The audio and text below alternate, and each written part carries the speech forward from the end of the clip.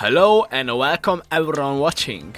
Today I'm going to be showing you how to solo the goblin monster with max efficiency and guaranteed 10 plus kills an hour if you are careful and you don't make any mistakes. Goblin is one of the most dangerous in RuneScape, which is why most people, especially high level players, avoid killing it.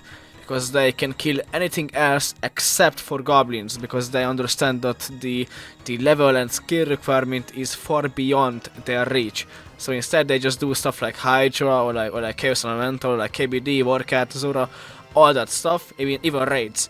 But they don't dare to face the goblin. However, today I'm going to be showing you guys exactly how to do that. Now it's important to note that the goblins are mostly found in the Lumbridge.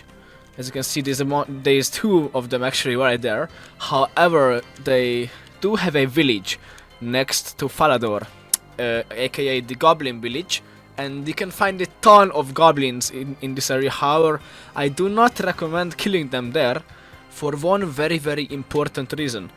There's way too many in one place and you can get easily overwhelmed. We don't want that. Getting one of them is going to be tough enough, so we don't want more than one. And let me show you the most efficient area to kill goblins. It's not actually next to the river, however, it is inside Lumbridge still. Just about here. As you can see, there's one singular goblin in this area with no other goblins except for that one. So the idea is to isolate them from next to each other because, again, as I said, they are very dangerous if you get stacked out by multiple of them.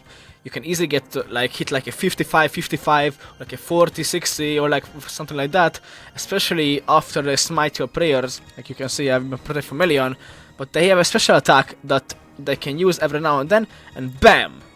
Just like smite, they turn your prayer points from max to 0, which means you're gonna have to be fast to drink a dose of your prayer potion or super restore potion and get your prayers back up.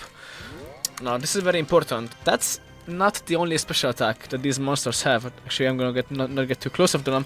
Every now and then, if you annoy them, which means if you're like around them and like you like spam like selling lobster, 200 GP each or something, they eventually attack you. Even though they're usually not aggressive, they can attack you. Now what I recommend for gear is right here.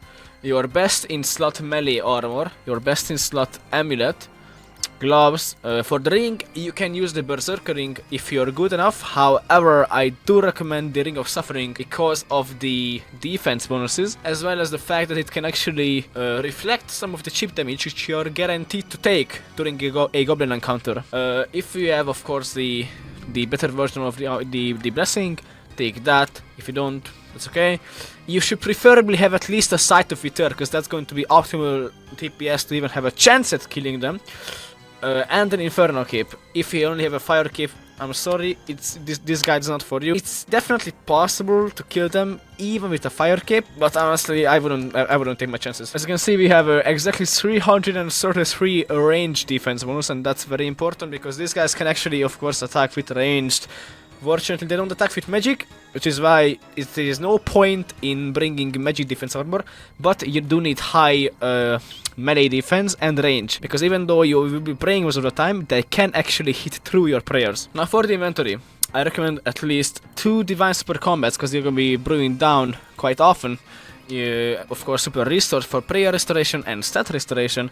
At least 1 stamina, just in case you have to like run away. A Bander's Godsword is very important because it of course lowers the defense of the goblin. I recommend bringing runes for resurrection and being on the Arceus spellbook. Although what's also important is that you could actually bring runes for spellbook swap or just a magic cape, so you can occasionally switch to lunar and cast Vengeance, because Vengeance is going to be very important here, guys. Of course, goblins can actually deal unavoidable damage, and before the special attack actually comes, that's when you want to cast Vengeance, so you can actually reflect 75% of the damage from the goblin special attack onto them. Quick healing food, anglerfish and a caramba.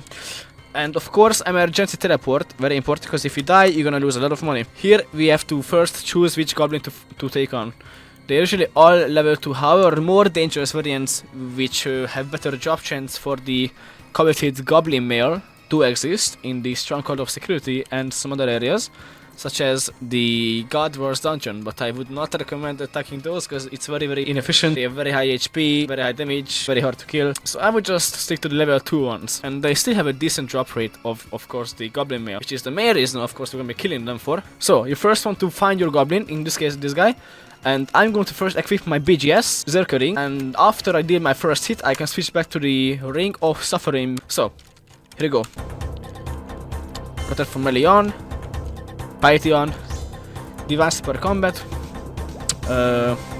Anglerfish up, just in case you get stacked out, and go.